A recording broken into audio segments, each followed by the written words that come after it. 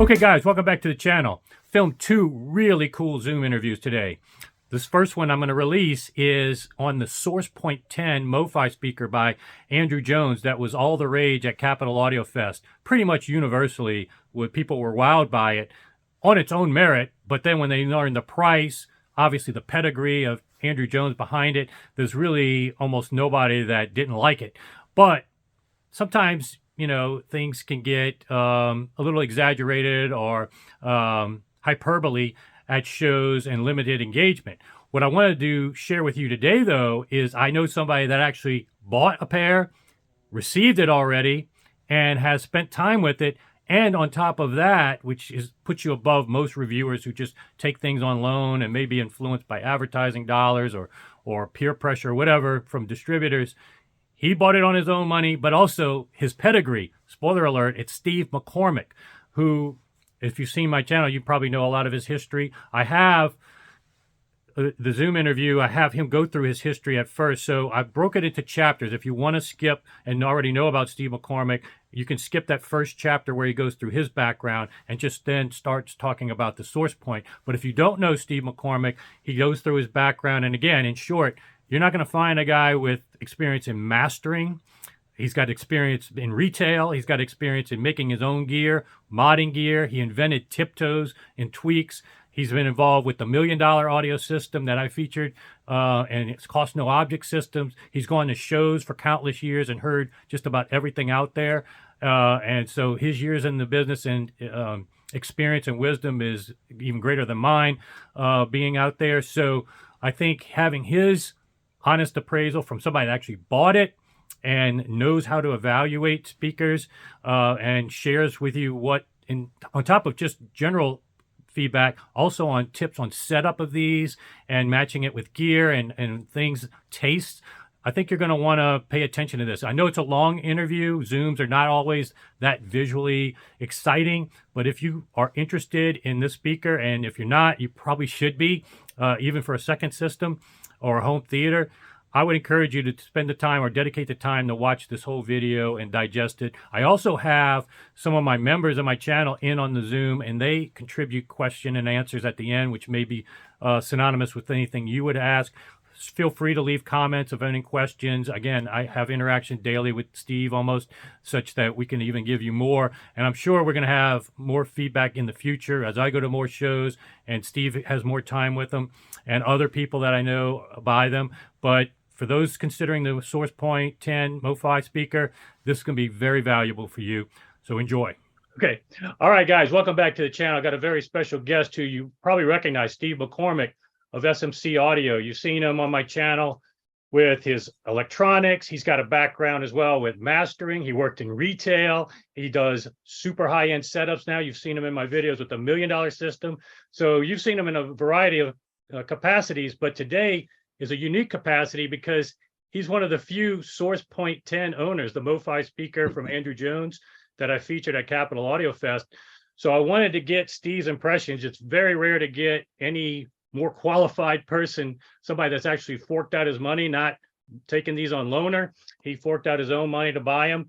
And I wanted to get Steve's impressions and give you guys some insight other than just mine. So without further ado, Steve, maybe start maybe a brief intro on yourself, just in case some people are new. And then, well, okay. I mean, you covered it pretty well. Let's just say at this point, I'm an old timer. I've been in this business a long time.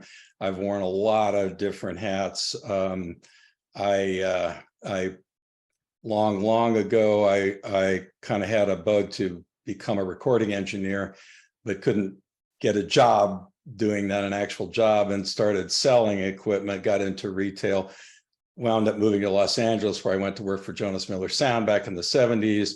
That got me involved in the M&K real-time record side of that business, where I was one of the engineers working on those projects with Ken Kreisel and a few other people. That was, hugely educational. Also did marketing work and a little bit of product development with M&K, but then went on to work for Spatial, then on to Trans Audio in Canada with the Oracle turntable, then moved back to Southern California in 1982 and started the Mod Squad, doing custom, modifications and some set pieces, which that just evolved over time, and then made the transition to being McCormack Audio in the later 80s. I forget the exact year, but 87, 88, somewhere in there.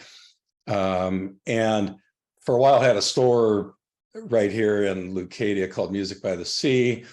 But then that it just evolved that the business McCormack Audio turned out to be the way that I wanted to go. That held more interest for me. So I went on with that. And then that was a moderately successful small business until we sold it to the Conrad Johnson guys in around 1997. And they kept me on as the designer for the new gear. And that worked well, although I stayed out here in Southern California. I live, I split my time now between my home in Vista, where I've got my shop and office and everything, and my girlfriend's place here in Encinitas. And so I stayed out here, did the design work, went back, as needed, did dealer visits and shows and whatnot as needed. But then we parted company in 2004.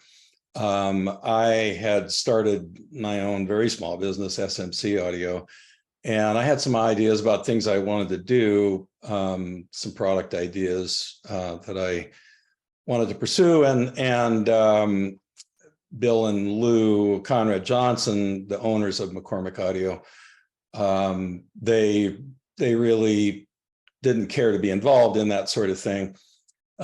So we went our separate ways very amicably, and I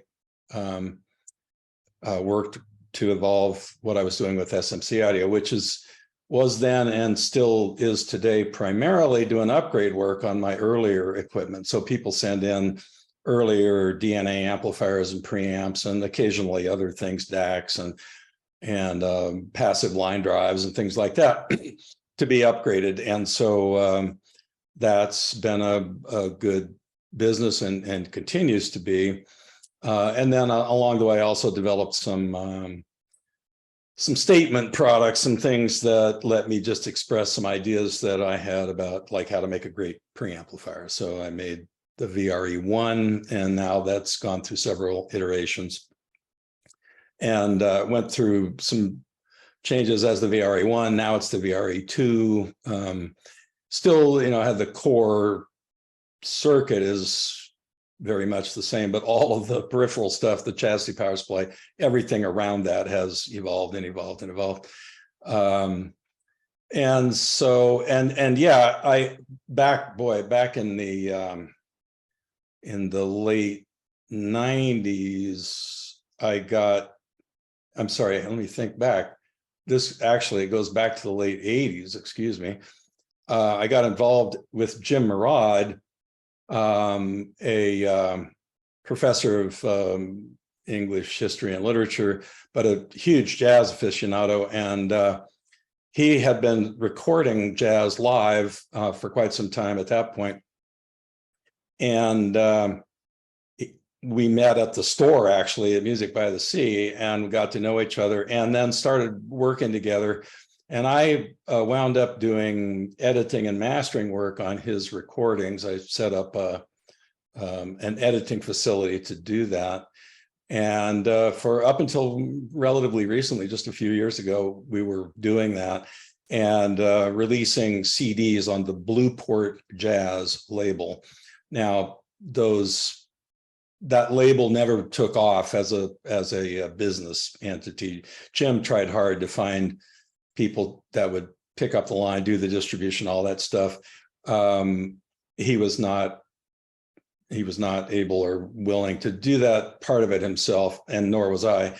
And so, those recordings are still highly thought of, but maybe hard to find.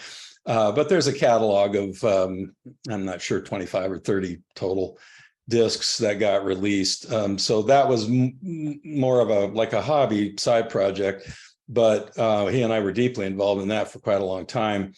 And I would do some of the recording work live with him. Anyway, that was the capsule history of what I've been up to.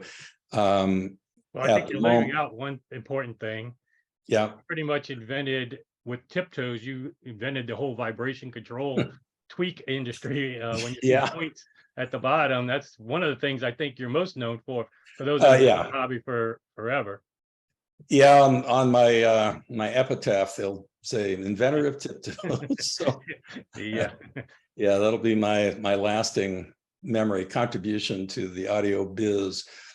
Well, the other thing is you've attended so many shows over the year, both exhibiting and just attending, and knowing so many people in the industry. One being probably Andrew Jones, who I think you know personally as well. I wish I could say we were close friends. That's not fair, but we know each other from shows and whatnot. And he's a great guy, and I have huge respect for him, his design work, and what he's accomplished.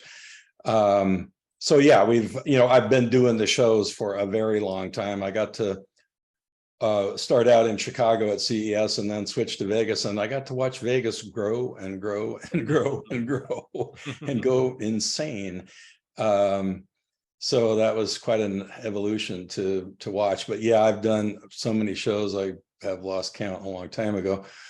And I know you've become a real show goer aficionado, and you do show coverage very well. For me, it was a lot more of a work issue, because getting everything ready to go, and then, being there was always fun. I enjoyed being there, doing the shows, getting to meet various people, get exposed to some new music, all of that, and see my various friends and people throughout the industry. Then you had to tear it all down and go back home. Anyway, huge amount of work. Unless you've actually done that, it's very difficult to appreciate how much work is involved. So, being at the show and actually doing that and setting up, the room and talking to people and whatnot, that was kind of the fun part. And I always did enjoy that. So now I'm pretty well out of that end of the business. And now if I'm going to a show, it's really on my own time to be able to enjoy going around. At least for me, it's more about going to visit the people that I know, the friends that, I've had for years.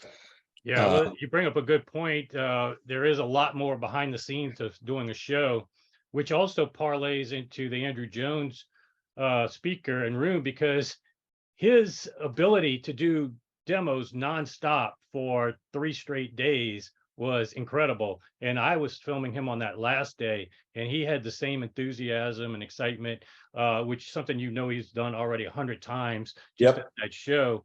So that's another kudos to him.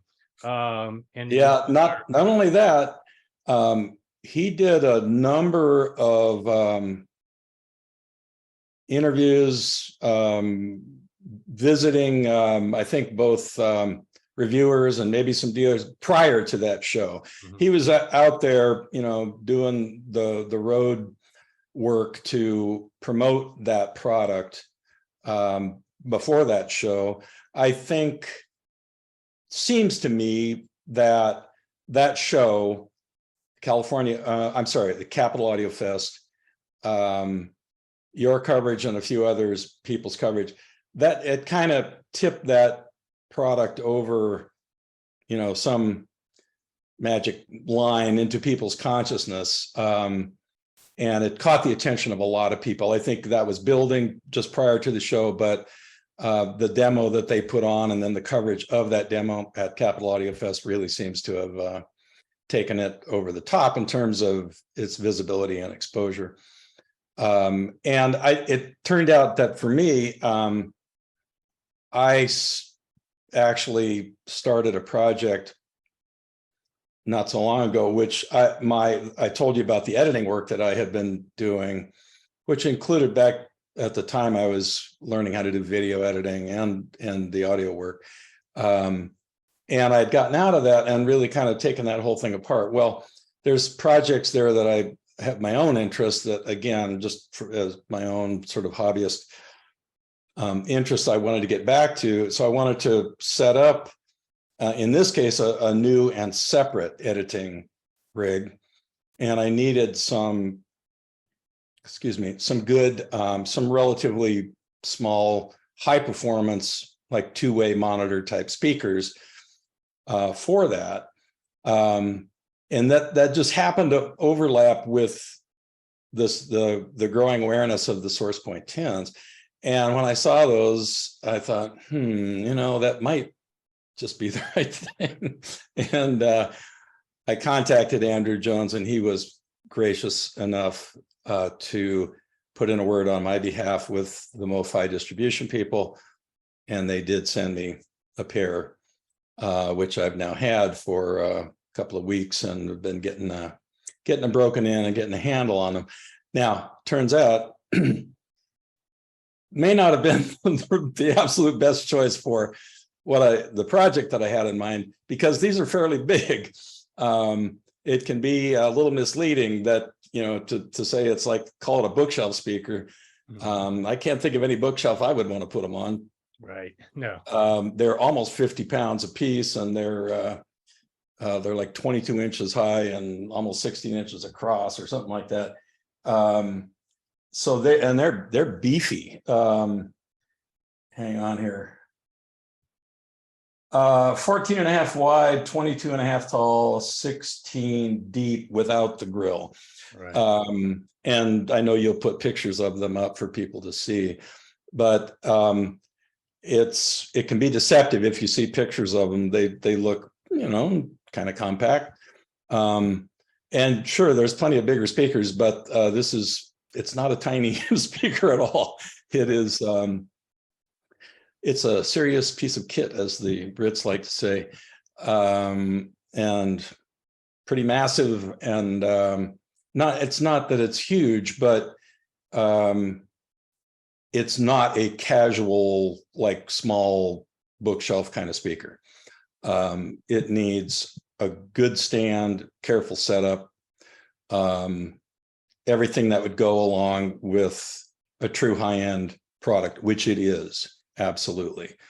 And so I want to preface what I'm going to say by saying I am still getting a measure of these speakers. I have got quite a bit of experience with them now, enough to really understand a good deal of what's going on there. But I still want to say that my remarks about the sonics are preliminary, because the setup that I've got is necessarily slightly temporary. I mean, I haven't slacked off. I've done a careful job of setting them up, and I've been breaking them in and enjoying them. But I'm not going to really get the full measure of what they're capable of until I'm able to move them into a more appropriate location with the right sighting and all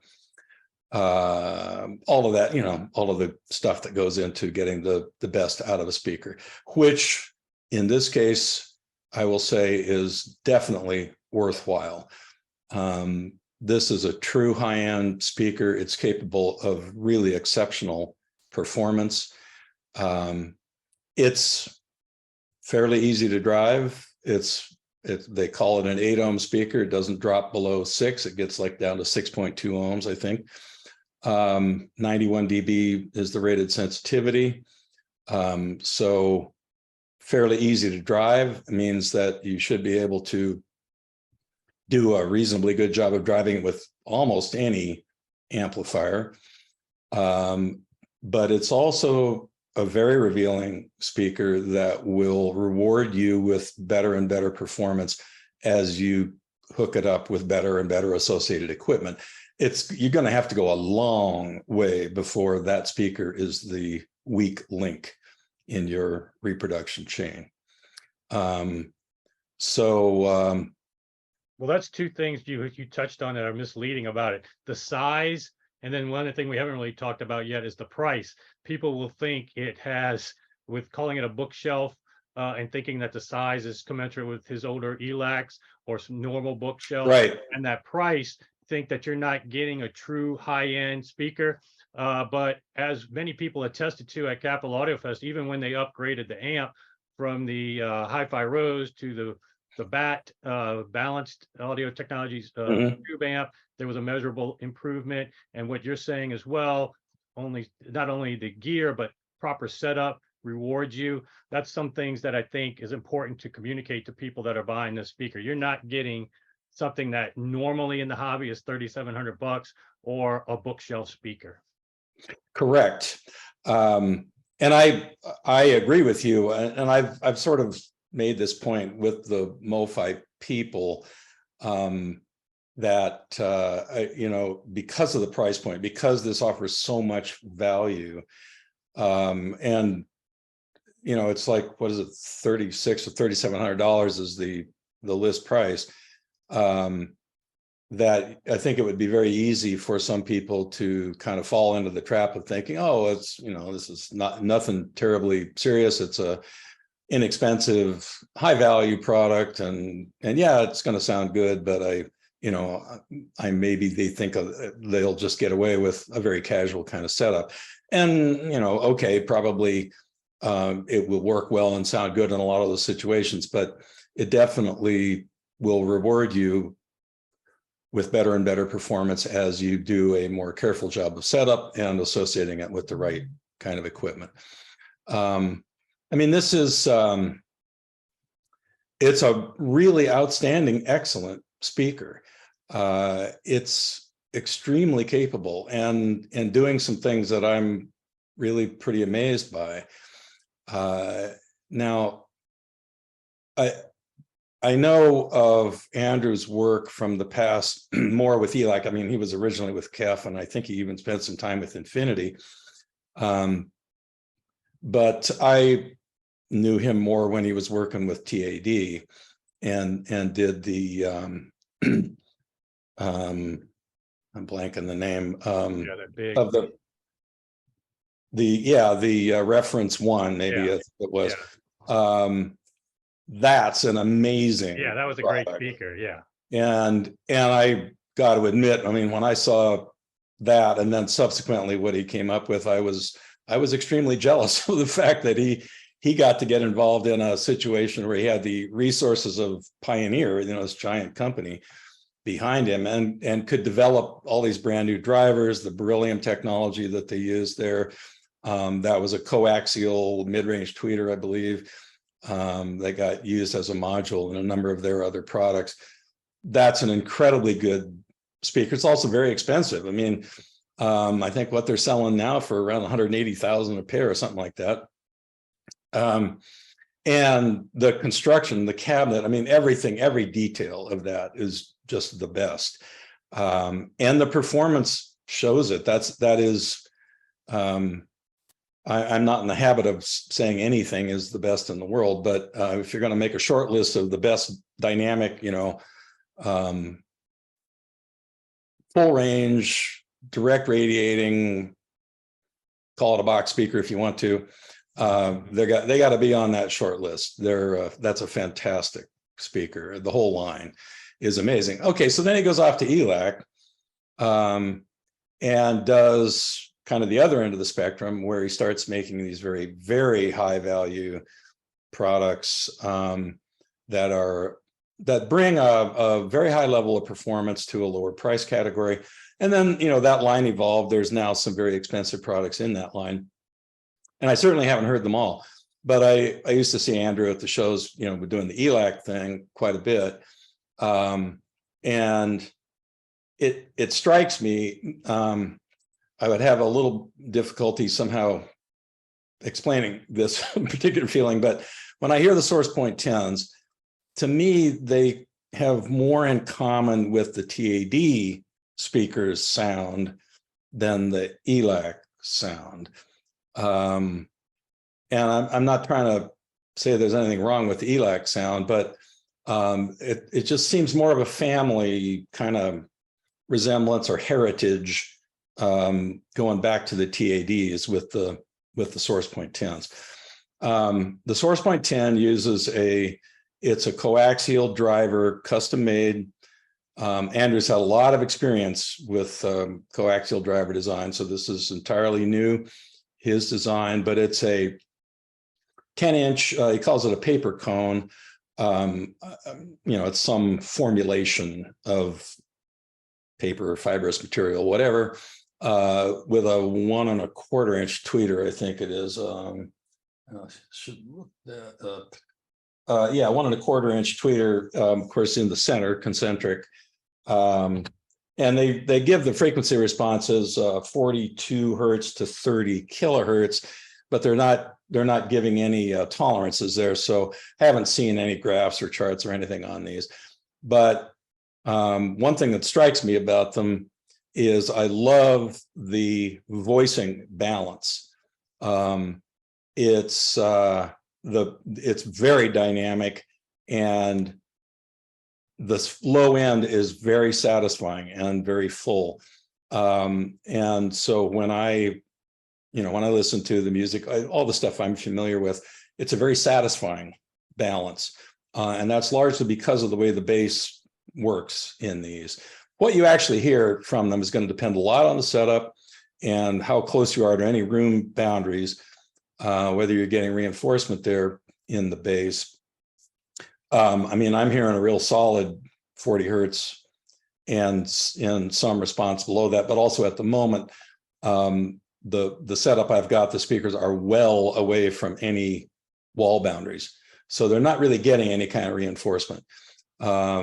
I think when I'm done setting them up in this editing rig, they will be getting some additional reinforcement. So I'm probably going to be hearing useful bass, well, certainly down below 40. You can't really say how deep it's going to go. If I want to do anything beyond that, then it's going to be at a subwoofer time. But the point is, very satisfying balance. The bass is very well developed. Sounds, the speaker is beautifully coherent. Everything blends together as a single, voice. But it's like, okay, the other end of the spectrum, I hate to name names, but one example that comes to mind is the speaker line from Avalon. Avalon makes incredibly high-end speakers, and they are outstanding at transparency, resolution, razor-sharp transients, focus, imaging, all of that. They do a lot of things incredibly well. But for me, they sound a little light in the bass. And the ones I've heard and the setups I've heard numerous times, it's not so satisfying to me personally because it sounds a little lightweight in the bass, without any augmentation or messing around with that. That's just, not that I've heard all the speakers in their line, but that comes to mind as sort of a contrary example, where I hear all this incredible stuff that they do really well, but it's not so satisfying to me personally. I need that bass energy there. And there's especially kind of an upper bass, lower mid kind of area that really has to be represented well before you get this quality of, I believe, this engagement, what people talk about Pratt, something that really pulls you into the music. You need the bass line to really be there before that magic, starts to happen. And these do that. Now, as I told you before, you have become an open baffle devotee. And I know a number of the other people that are on like the WhatsApp group also are, and with good reason. I understand why. So it's like when, you go beyond your speakers, when we go at the shows, we keep going back to the Linkwitz room, because of how incredibly open they sound. The SourcePoint is much more of the dispersion characteristics, of course, are quite different. It's not a sealed box, it's vented. but it is a box speaker system. And so it doesn't have that expansive openness that it, like an open baffle or some other kinds of minimal baffle type speakers do. That's a quality that I like very much. I get that from my Vandersteins. And even though they're not open baffle as such, they're minimal baffle. Your GR Research are true open baffles. And I've heard, a number of other open baffle speakers that do all of that incredibly well. And I like that a lot, I got to admit. And the source points are different in that they don't do that exact same thing. They're also a bit more directional and constrained in terms of the dispersion, the high frequency dispersion characteristics. Remember, you got this tweeter that's sitting back at the back of this 10-inch driver, which acts as a bit of a waveguide, apparently. But the tweeter is really good. It's just that if you want to hear it properly, you need to be more on axis with what it's doing.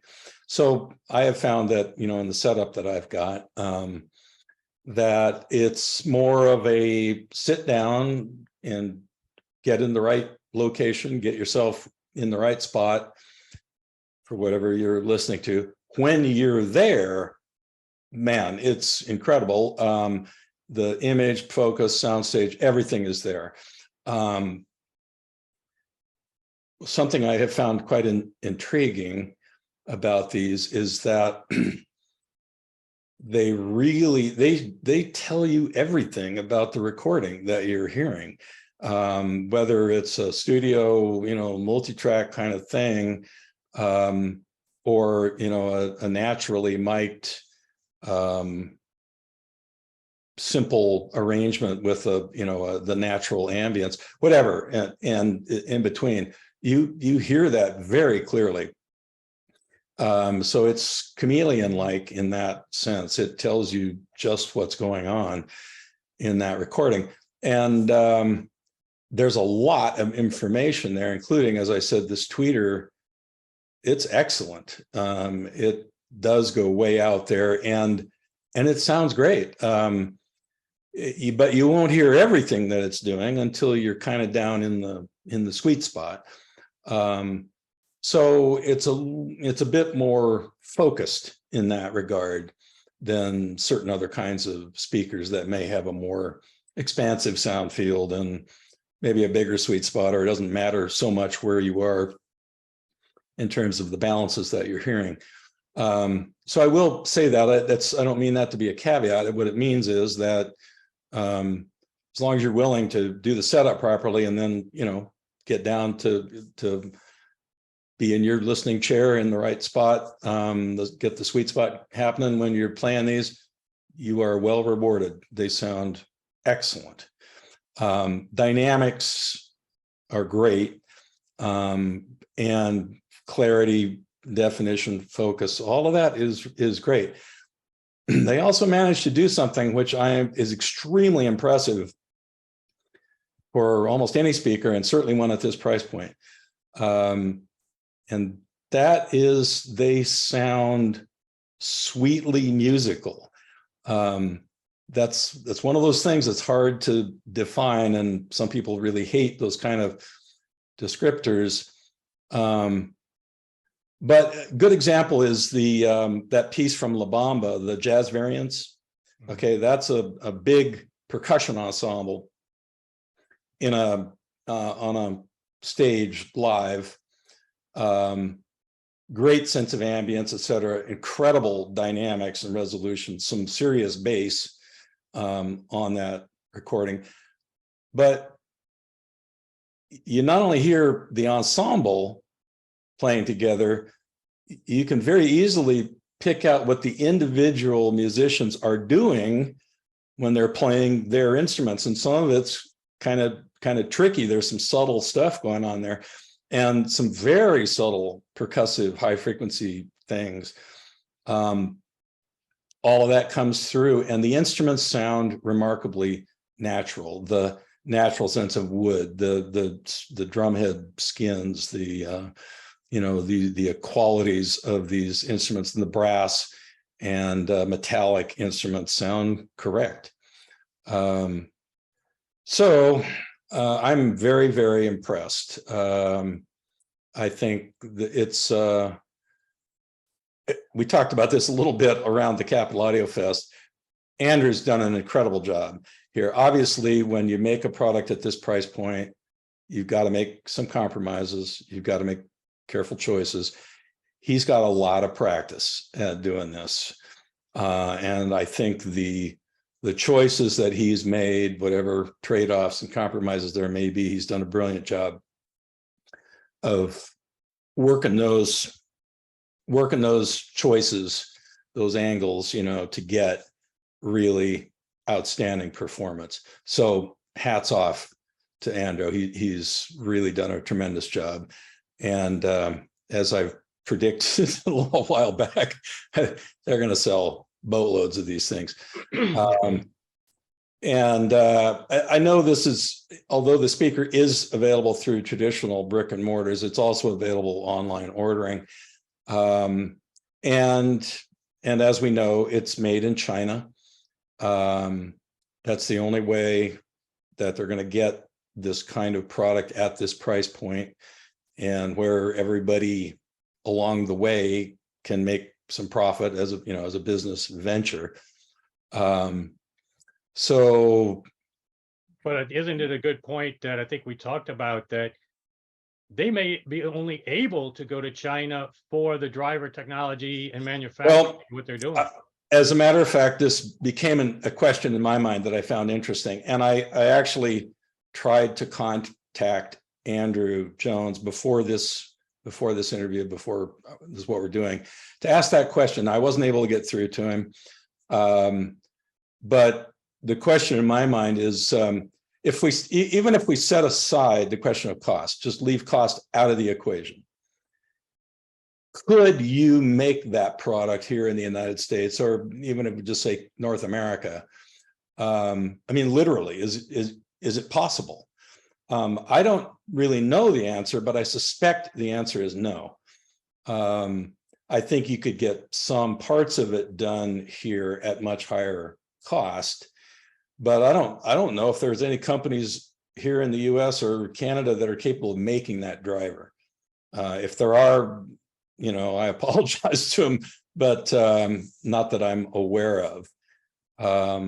Also, the fit and finish of this product is excellent. I got the black versions, not that is relevant here, but they're not high gloss piano black. You're not going to get that at this price point. It's a nice, beautifully uniform paint job.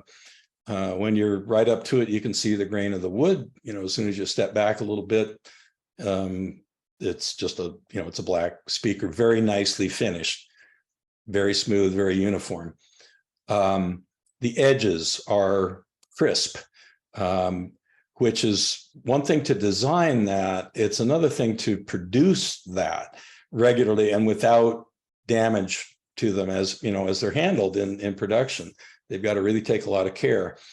The baffle, apparently there's 1 inch thick MDF and braces and whatnot, but the baffle itself is this 3D machined faceted baffle that is up to 2 inches thick in some places.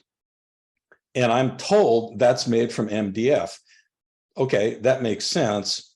But the finish on that thing, the front face of it where you see the driver, the finish is amazing. Mm-hmm. It's this incredible satin black, and it's perfect. It just feels so smooth and it looks so perfect. It's very impressive. So beautifully done and beautifully executed. And then, as I sent you the pictures, and I assume you'll show them, even the packaging, to get it to ship, whoever designed that did an excellent job. Double box, corner reinforced, good fitted foam, lint-free bag, plenty of space around the speaker itself, so that if the outer boxes do get punctured, in handling. You got to go quite a ways before you're going to actually hit the speaker. That the packaging can be shipped anywhere in the world and should survive just fine unless some bonehead drives a forklift through them. So that's, you know, another very important part of delivering an excellent product. The owner's manual that comes with it is a very small little pamphlet, but it's got all the essential stuff covered. And they do give you useful guidelines about setting them up, how far from wall boundaries, how high, and to set yourself up so that you are, you know, close to on axis. But they, you know, and they tell you to experiment with the toe in. You know, you can try crossing them in front of you or behind you and work with that and see, you know, what's the best fit for you. So it's not like it's super detailed, but they give you the basics and cover the important points very well. So very impressive. And knowing Andrew and these guys, it would have been interesting to be a fly on the wall when they were negotiating their business deal to get this whole thing going. It's been said that he was given kind of carte blanche, you know, to do this, and took 18 months or something like that to develop the product. But I'm quite confident. I think I would say that everybody from the get-go, they had some idea in mind of kind of the market they were shooting for and the kind of price category for the initial product, and they had a plan for how to do that. Knowing Andrew, he's probably already got several other speakers designed, waiting in the wings, that will join the product line as they go forward. But this is a really outstanding initial product, and there's no such thing as a perfect speaker, and it's not going to be the right product for everybody.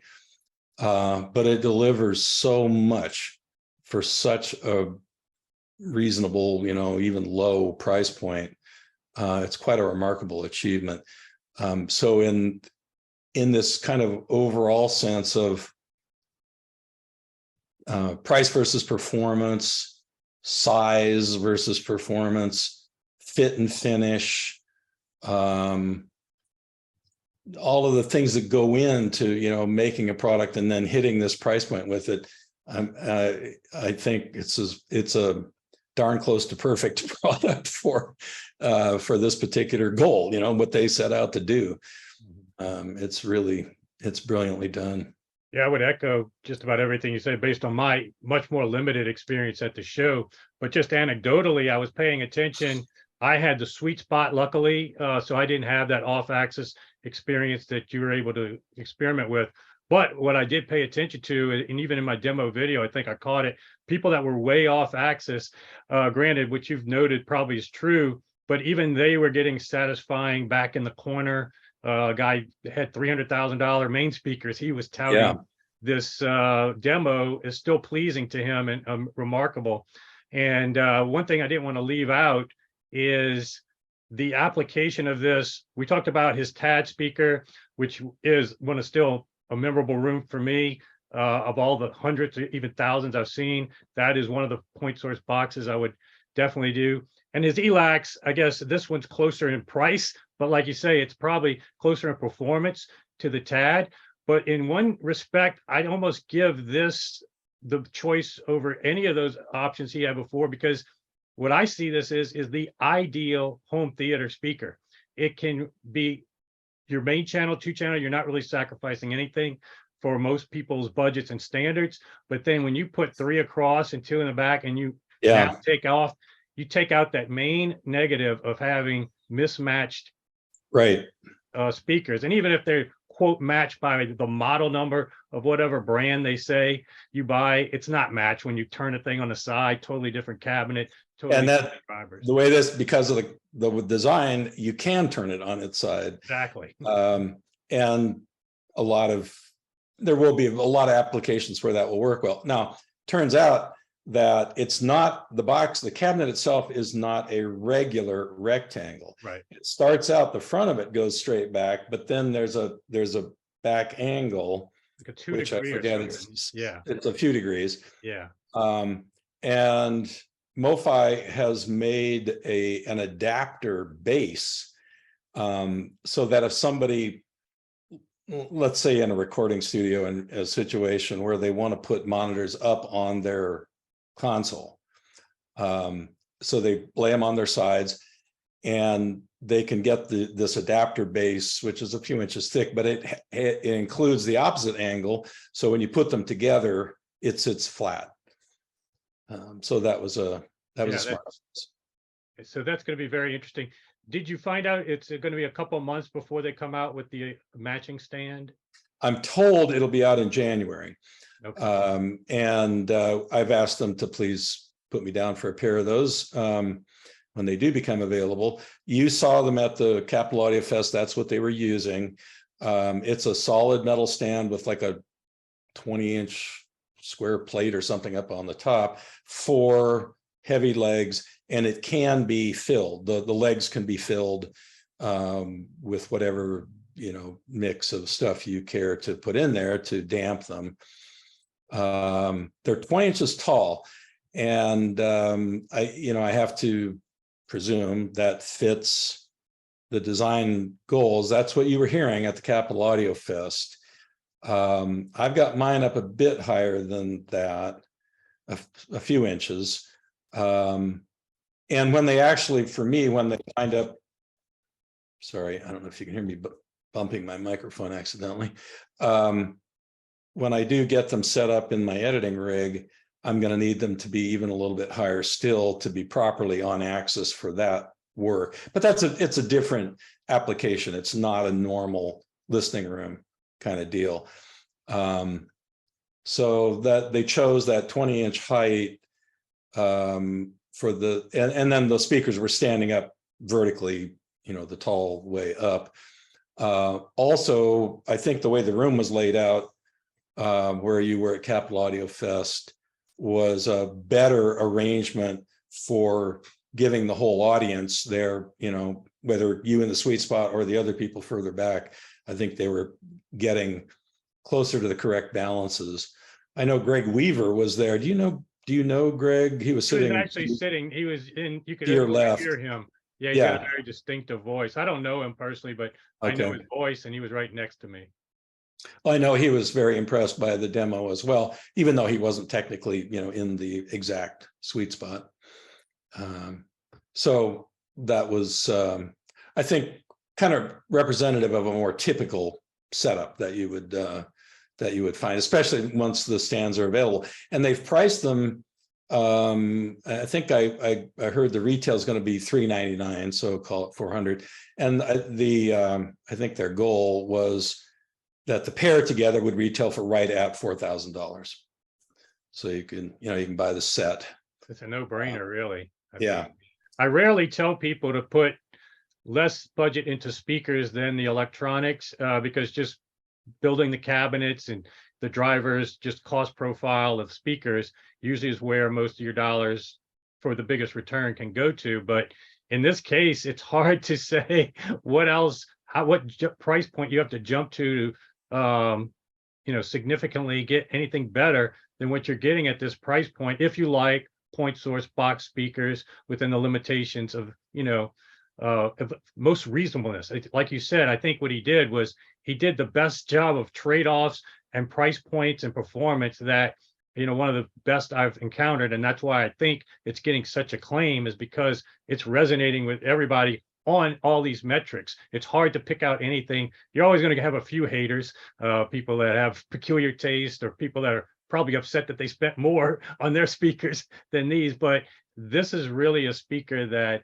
it's going to be hard to criticize at that price point or at much higher budgets when you benchmark it in a objective fashion. Yeah, it covers a lot of bases and does them very, very well. Obviously they're you're a perfect example. You love the open baffle sound that you're getting from your GR research. And just broadly speaking, that's you respond very positively to that when you hear those kind of demos. and this is different. So it's not going to be to everybody's taste, and there's nothing wrong with that. That's the world that we live in, especially in audio. But it does so many things so well, and at such a low price. I think it's going to. I think I made the comment somewhere that people that are used to shopping in the like under $5,000 range for speakers may be shockingly surprised by getting these, and what they're going to hear is pretty amazing. Yeah, because on top of the driver technology and Andrew's experience with crossovers and stuff, I think what you mentioned was good, that it's hard to find that musical quality at the budget speaker realm. Yes. And there's usually the trade-off on almost 100% of the time is the cabinet. But in this case, the cabinet is actually one of the strengths, and probably better than most floor standards up to even $20,000 that I've seen. That's a strength, and that helps keep out those resonances and weird things that take the musicality and realness out of the sound that are always plaguing those budget speakers where you have to make compromises. So yeah, even though it's, quote, a Chinese manufacturer, from packaging to fit and finish to driver technology to the pedigree behind it, this is not AliExpress Chinese. No. I don't have a problem with people that don't want to buy something from China. But like you say, I don't even know if you could get this made in other places, certainly at that cost. Nowhere near that price. I mean, if we just opened it up to saying, you got the rest of the world, like Europe and US and everybody else, can you make that speaker? Well, sure, you could do it, but then what would the price be? It would be several times this price. Yeah, exactly. So definitely appreciate your feedback. Probably when you get the stands and get more time, we can always do a follow-up. I'll probably have more exposure to them as well at various shows. So I did want to get this out there because there's so many people now very serious about considering this. I think even the 3MA guys are going to be having it at their dealership. So those of you in Houston can come by, take a listen as well. It'd be very interesting to put them up against some of their cost no object speakers. So I'll have some videos on that, but appreciate. Yeah, just remember that the presentation, the way they launch the music into the room is very different than some of the other products that you're familiar with there. But as long as you're willing to plunk your butt down, set them up well and get yourself in the right spot, I think you'll be extremely impressed. Yeah, definitely. All right. Well, thanks a lot again, Steve. And going to open up the floor to questions. Yeah. Do we have any questions? Let me unmute. Can you hear me? Yes. How do you think the speakers would handle like Rammstein or something a bit more loud? Just fine. I can't stress enough how much fun I've had listening to these. They're very engaging and a lot of fun. And I've been playing some various kinds of EDM, especially Yellow and Infected Mushroom and some stuff like that. It's just so much fun. And hey, I'm an old guy. I'm an old white guy, let alone that. It's hard to get me out on the dance floor anymore. But I was having a hard time staying in my seat listening to it. You want to get up and dance. They're a lot of fun. Well, punchy and dynamic are the immediate words that come to my mind when I remember the demo. They're different than my GR Research and Extremes. You're not going to get the scale and that 20 hertz, but you're not going to get that at anywhere near that price point anyway. And open baffles are going to be different. But in terms of a point source box, if you have Maggie's and you kind of want to have that opposite punchy dynamic, this would be the perfect counter system to have in your house, so you can kind of see both sides, the open baffle and then a punchy side at very reasonable price points for each. But yeah, these would be better than Maggie's for sure for Rammstein and I gotta say, heavy metal. Yeah, this is going to be a speaker that appeals to a younger, as well as, Steve's not ancient, but not a young pup. But I can see this very appealing. Yeah.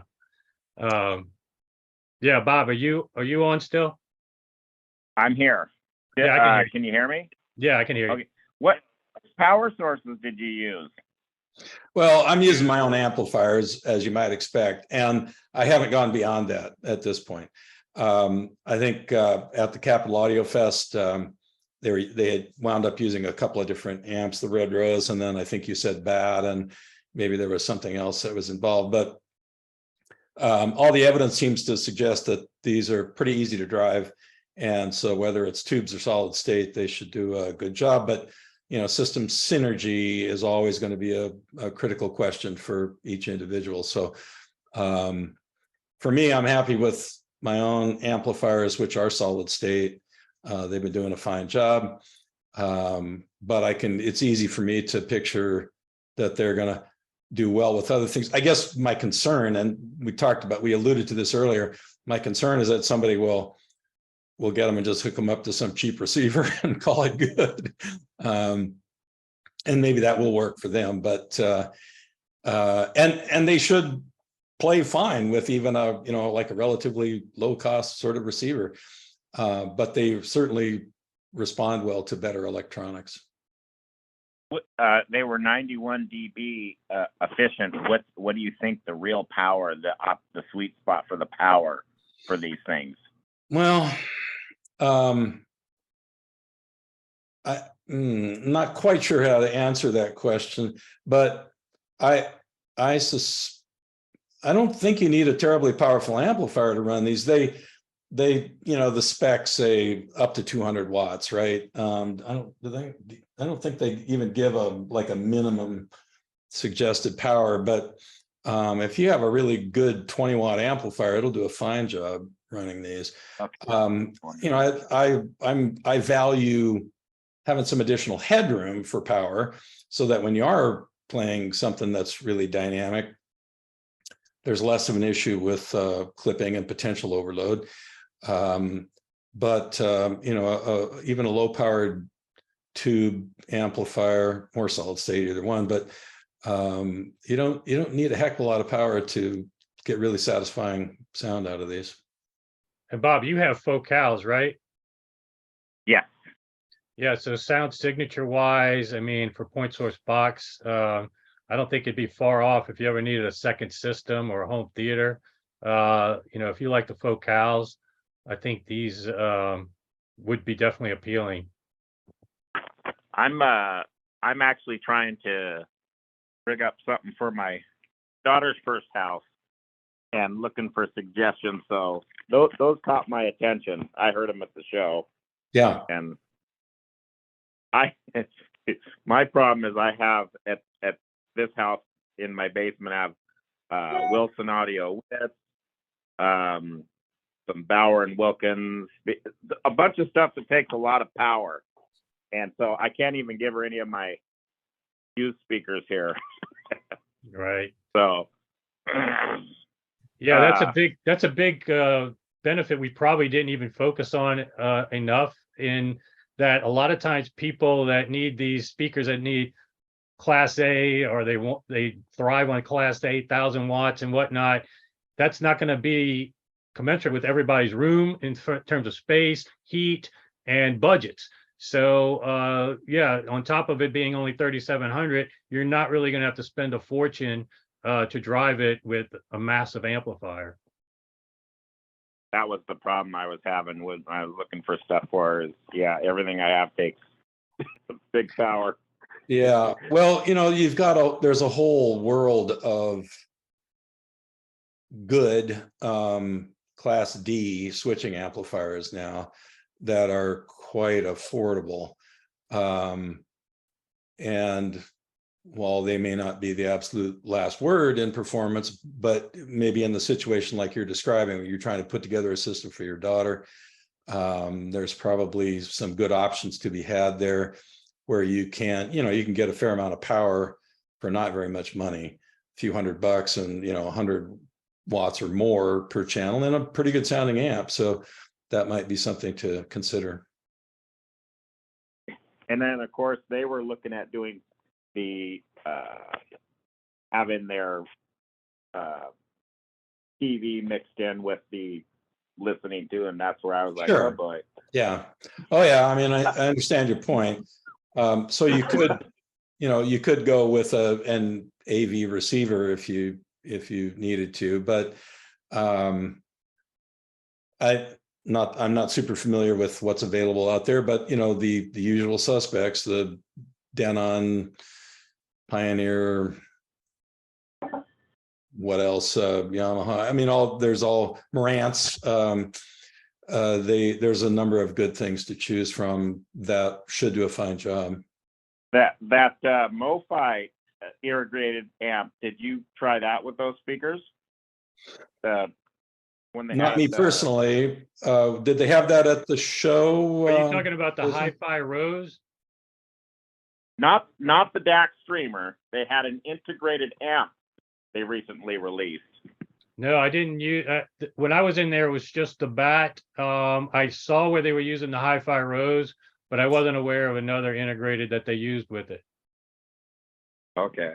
But I think that's one of the things they were highlighting, is that the speaker is rather agnostic to price point and design of the amplifiers and power, such that they had no problem switching it out. And a lot of people don't do that at a show. They find one that they think works best, and that's all they'll showcase it with.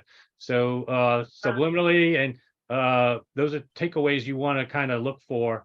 That'll make your impressions more relatable to more environments. Hildar, did we answer your question all right? Yeah, because most point source speakers I've heard, like KEF and such, are very bad for like metal and loud music. So these are very exciting. I also play a lot of video games. I have a 7.1 for my video game setup, and these have been tickling my fancy for a full 7.1 setup. Oh yeah, I mean, I want to see somebody put these in a home theater, because I have such a disdain for mismatching. And I've got mismatching, but it took me forever just to get them somewhat matched. And all you have to do is play pink noise through each one. You can tell the difference right off the bat, that they're not perfectly matched. So my dream would be to have a home theater with 7, 5, whatever of these, and do a great sub setup. That just takes a lot of the negatives of home theater out of the equation. So yeah, if you could do that, that'd be awesome. I wonder when you'll have them show up in your, in your territory.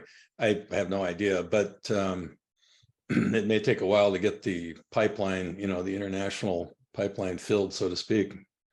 We don't have any dealers here. Okay. So But that's you going to can be buy a them while. online, can't you, Steve? Oh yeah, there's a number of companies selling them online, so you will be able to order them. At this point, I know that they've sold immediately through the first shipment. I have no idea how big that shipment was. I mean, it's hundreds of units certainly, but how many, and if it's thousands, I don't know. But those are immediately all gone to the various dealers that requested them. I was very lucky to get to be part of that first group. So obviously they're going to make a lot more of them as fast as they can. And it's the kind of thing where, I mean, if you really, if you want them, if you're willing to make that leap, so to speak, without actually hearing them or getting some more hands-on, you could place an order with one of these, some online dealer that will ship to your home, get your order in, and the sooner you do that, the sooner you're likely to get a pair. But I assume it would be several months yet before you'd see them. Yeah, Hilda, since you're a member of my channel and in the WhatsApp group, the 3MA guys may be, depending on what the territory regulations are for them, they may be able to get you a set out of their first batch that they ordered. So we could talk about that in the WhatsApp and see if they can help you at all. Let me check something. I'm going to go and see if there's a mobile fidelity distributor here in Iceland. Yeah. Maybe they can order it from them. If they're a mobile fidelity distributor, I would think so. Yeah. But I've only seen the vinyl records. Okay, and they are they're slightly different. I mean, I'm not sure how distinctly different the companies are, but you've got, this is Mobile Fidelity Electronics and Mobile Fidelity or MoFi Distribution, which is a different, somehow different from the music part of it. Yeah, I thought so. Now I'm noticing that among the companies that are handling these now, Music Direct is one and Audio Advice is another that are both big online sellers. I'm sure there's others, but those two pop up here because they're very large companies here in the US that do a lot of online sales. Yeah, and I think this is one of the preliminary reviews. I'm sure there's other people that have reviewed it, but one takeaway I wanted to make sure people realize is that neither me nor you, we're not formal reviewers that just take this gear on loan and are giving this review. You actually bought the product. I own open baffle speakers, totally different. I'm giving my impressions genuinely. You're giving impressions as actual owner, buyer of it. These are sometimes little things that can make the difference. I'm sure there's going to be lots of rave reviews from normal reviewers, but people tend to wonder if that's, legit or not. Just make sure you know that, we have no stake in this game. I get nothing from MoFi. I don't own the pair. I'm an open baffle guy, but Steve actually bought these with his own money. I think that's important. Yeah, I had a very strong sense that they'd be a good fit for what I wanted to do, and I wasn't wrong. They're going to work brilliantly, and like I said, I'm having huge fun working with them. And you don't buy speakers very often. I mean, no, I do not. I really you're still using your Vandersteins. I'm a longtime Vandersteen owner, and they've been workhorses for me, and I love them dearly. Which Vandersteins do you have? 3A signature.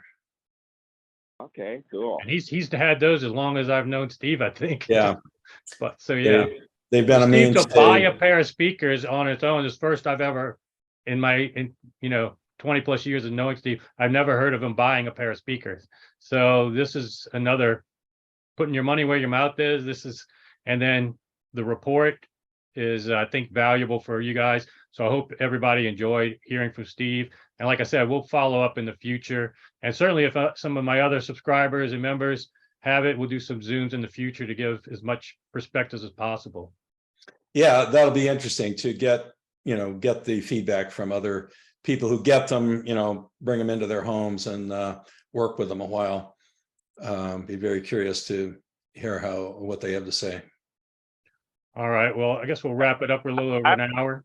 Unless y'all had anything else? Real quick, how close is 3MA to Galveston? About 45 minutes. Okay, 45 minutes. Is that where you are? Where you are, Bob? I'm in Washington. My wife was trying to go to Galveston. Oh. Any see some family there. So I was thinking, well, I'll go by 3MA Audio. Well, you're going to have to go to an airport that's probably closer to 3MA just to get to Galveston. So it's even closer to probably the nearest airport that you're going to fly into anyway. I'm sure your wife won't mind taking a little side trip to 3MA. Well, cool. Well, thank you for your time. That's great. All right. Yeah. Let me know if you're You're coming welcome. down here. We'll all hook it up. I go to Galveston pretty often. So, yeah. Yeah, well, you'll have to stay. I know you'll be aware when 3MA gets some in. I guess they have signed on to sell them. Yeah. Yeah, I'll but they check on that. I mean, it's going to be a while before anybody's going to be sitting on any stock of those.